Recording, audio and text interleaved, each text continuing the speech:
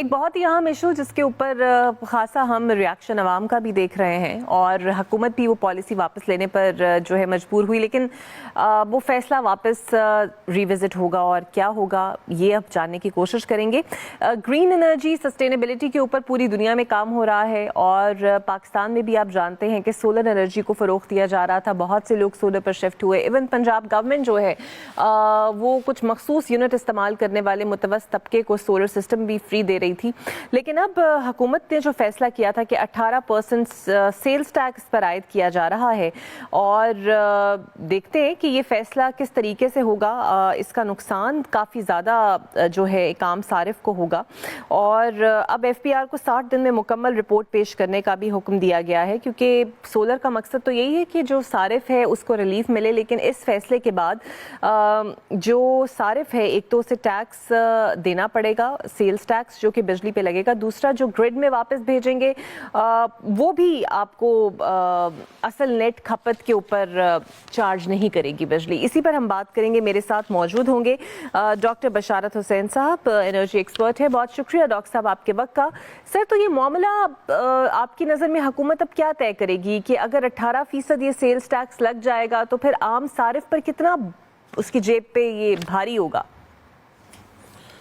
دیکھیں، جیب پہ 18% ہی بھاری ہوگا، جو بھی اس کو جو ہے فائدہ ملنا تھا اس پہ 18% ٹیکس لگ جائے گا تو 18% اس کو دینا پڑے گا۔ اس میں سے جو ایسا ہے کہ تھوڑا سا اس کے میں بیک گراؤنڈ میں جاتا ہوں۔ بات یہ ہے جی کہ ہم نے پوری کوشش کی تھی، میں جب آلٹرنیٹو انرجی ڈیولپمنٹ بورڈ میں تھا جہاں پہ میں ڈائریکٹر جنرل رہا ہوں، وہاں پر ہم نے اس سولر کے لیے پالیسی بنائی تھی۔ اس کے بعد گورنمنٹ کے ساتھ مذاکرات کیے تھے اور کہا تھا کہ پاکستان میں سولر کو، ونڈ کو، biomass, waste to energy, biogas, biofuels وغیرہ، یہ جو آلٹرنیٹو انرجی کے اور رینیوبل انرجی کے ذرائع ہیں، اس سے جو بجلی بنتی ہے اس کو زیادہ سے زیادہ فیسیلیٹیٹ کیا جائے، کیونکہ یہی کام تھا آلٹرنیٹو انرجی ڈیولپمنٹ بورڈ کا کہ وہ فیسیلیٹیٹ کرے کہ بجائے ہم امپورٹڈ فاسل فیولز کی طرف جائیں،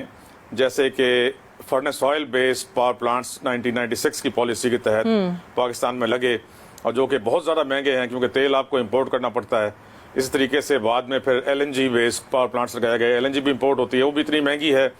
کہ وہ جو ہے یونٹ لے ہی نہیں سکتا، غریب آدمی کیا امیر آدمی بھی اس کو افورڈ نہیں کر سکتا۔ پھر امپورٹڈ کول بیسڈ پاور پلانٹس لگا دیے گئے جن کی میری نظر میں کوئی ضرورت نہیں تھی، اور وہ بھی پنجاب میں لگایا گیا۔ کول امپورٹ ہوتا ہے آپ کی کراچی پورٹ پر، تو اس کی ٹرانسپورٹیشن پہ بھی جو خرچہ آتا تھا اور ڈیزل ٹرکس کے ذریعے وہ ٹرانسپورٹ ہوتا تھا، جس کی کوئی مثال دنیا میں نہیں ملتی کہ پتہ نہیں کس نے اس کی فیزیبلٹی کی تھی، کس نے اس کی اجازت دی تھی، کون جو ہے اس کا ذمہ دار تھا۔ لیکن یہ 3 قسم کے جو امپورٹڈ فاسل فیولز تھے اس پر بجلی بنائی جاتی تھی، اور پاکستان میں آپ کو پتہ ہے کہ 40 سال سے کوئی بڑا ڈیم نہیں بنا، تو ہائیڈل کی طرف پہلے توجہ نہیں دی گئی،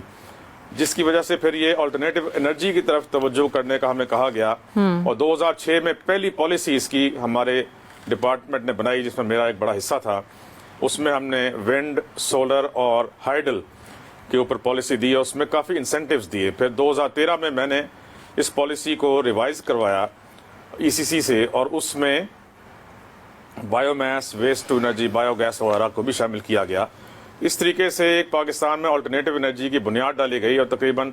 7.5 سے 10,000 میگا واٹس کے پروجیکٹس کو انیشیٹ کیا گیا، جس میں سے اس وقت کافی حد تک 35% سے لے کے 40% تک لگ چکے ہیں اور گرڈ کو بجلی دے رہے ہیں، جس کے لیے جو سورس ہے وہ فری ہے۔ تو اب اس میں سولر تھا، سولر کا ایک بڑا مقام ہے۔ ہم نے سولر میپنگ کروائی پورے پاکستان کی، یو ایس این ریل کے ذریعے، U S national renewable energy laboratories کے ذریعے ہمیں سولر میپس دیے گئے۔ ہم نے ونڈ میپنگ کروائی، ہم نے بایو میس کی میپنگ کروائی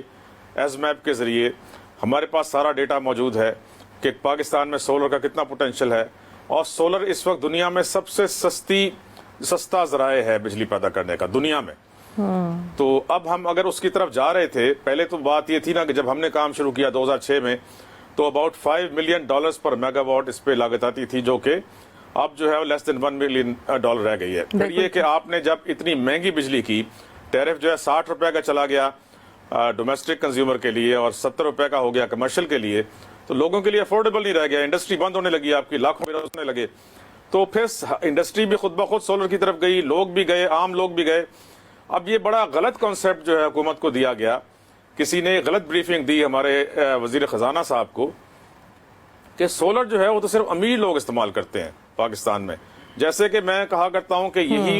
یہی بریفنگ دی گئی وزیر خزانہ صاحب کو کہ جو دودھ ہے، پیکج دودھ ہے، وہ صرف امیر لوگ پیتے ہیں، اس لیے انہوں نے اس پر اتنا ٹیکس لگا دیا کہ ایک ڈبہ جو ہے دودھ کا 1 لیٹر کا وہ 380 روپے کا ہو گیا، جبکہ یہ فرانس سے بھی مہنگا ہے. وہی اب ان کو بریفنگ دی گئی ہے سولر کے متعلق، یہ تو صرف امیر لوگ لگاتے ہیں. حالانکہ آپ کسی بھی گاؤں میں چلے جائیں، جھوپڑیوں پر بھی لگے ہوئے ہیں سولر پینلز. آپ کسی مڈل کلاس والے کے گھر پہ چلے جائیں تو جو بھی افورڈ کر سکتا تھا اس نے قرضے لے کر بیچارے نے یہ سولر پاور پلانٹس لگائے. حکومت قرضے دے رہی ہے، سولر سسٹم ایک فراہم کر رہی ہے، حکومت بھی دے رہی ہے، بینکس بھی دے رہے ہیں، اور لوگ بیچارے قرضے لے کر انہوں نے یہ لگایا کیونکہ وہ افورڈ نہیں کر سکتے. آپ نے بجلی اتنی مہنگی کر دی امپورٹڈ فاسل فیولز کے اوپر. اس وجہ سے لوگوں نے جب سولر لگایا تو اب حکومت نے اب یہ ایک نئی پالیسی لانے کا اعلان کیا ہے کہ جس کے تحت جو یونٹ ان سے خریدا جاتا تھا اس کو کم کر کے اب 9.5 روپے پر لایا جائے گا نیٹ میٹرنگ کے ذریعے جو ہے. اچھا ڈاکٹر اس سے لوگ بہت ڈسکریج ہوں گے. ایک بڑا عجیب سا مسئلہ ہے، جس طرح ابھی آپ نے کہا نا وزیر خزانہ کو کسی نے غلط بریفنگ دے دی.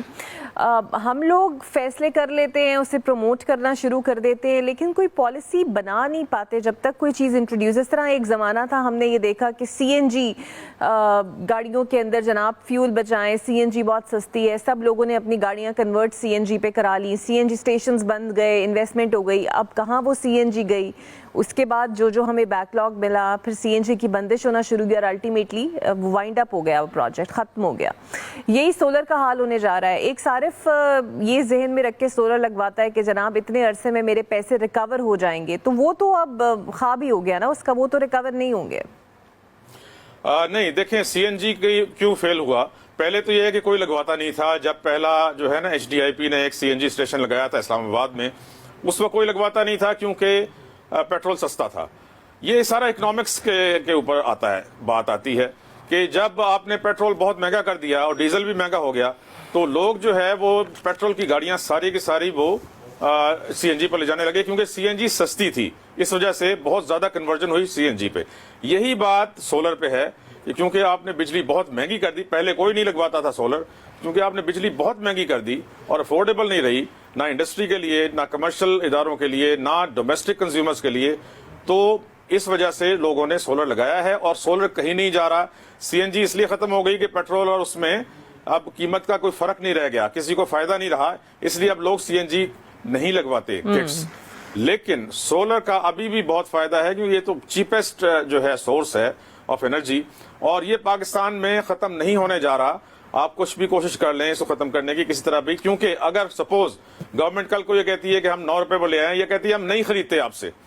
تب بھی جو لوگ ہیں وہ سولر پینلز بھی لگائیں گے اور پھر بیٹریز لگا لیں گے.